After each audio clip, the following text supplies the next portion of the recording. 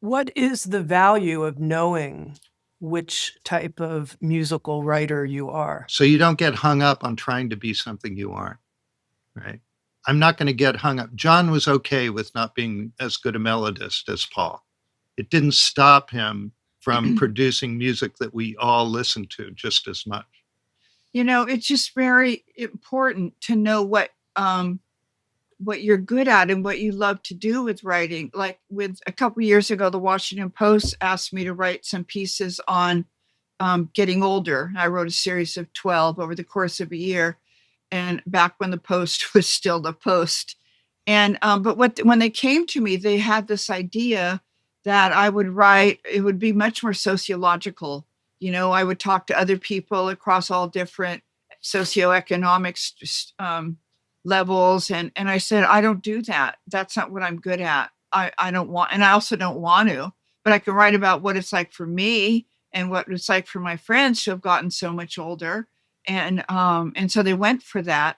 But I know that I'm not going to ever write like Neal. I'm not going to ever write like Isabel Allende. I'm not going to write like Barbara Kingsolver. And it causes me pain that I will never write like Barbara Kingsolver or George Saunders. I hate that. It makes me feel there's no point. But I can write like me, and I can tell my stories, and I can tell my stories in my voice. And that's the only music I can play. And also, it's like John Prine.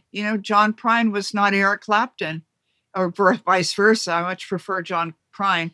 But you find out what you love and what comes naturally to you and what you want to do as a writer. And you stick to you don't stick to that, but that like I know Neal thinks I'm Paul McCartney, but he's actually my least favorite Beatle.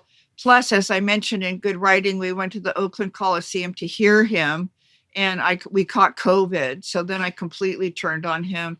But I love John. I love the other three of them, and I'm happy, or at least in old age, I'm accepting of the fact that I can tell my stories the way I tell my stories. There are a lot of tangents, and Neal isn't as tangential as I do. Neal is an explainer. He will explain, till the cows come home. But I will be going off on all these tangents, and then I can somehow, because I have a gift, bring it all together and help bring you back home. That's what I can do, and I can't do other things.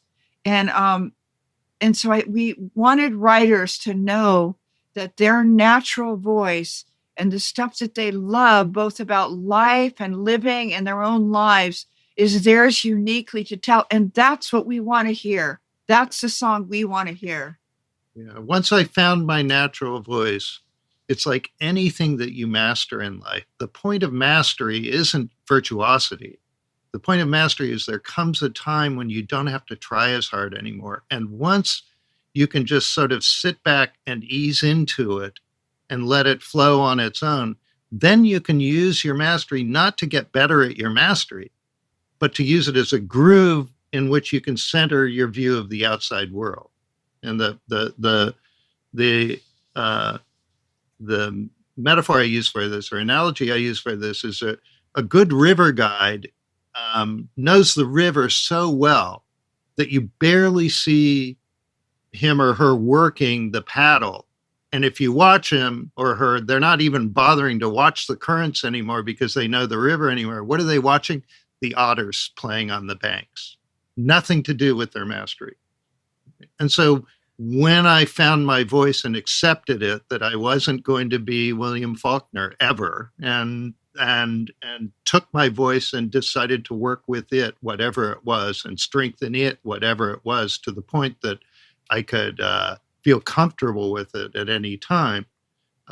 Then I got to use writing to write about anything I wanted to, and it became a channel to explore the world. Discover on-demand videos and docuseries, explore a full schedule of daily life classes, and become part of an incredible community. At Sounds True One, we invite you inward to find your way, your way.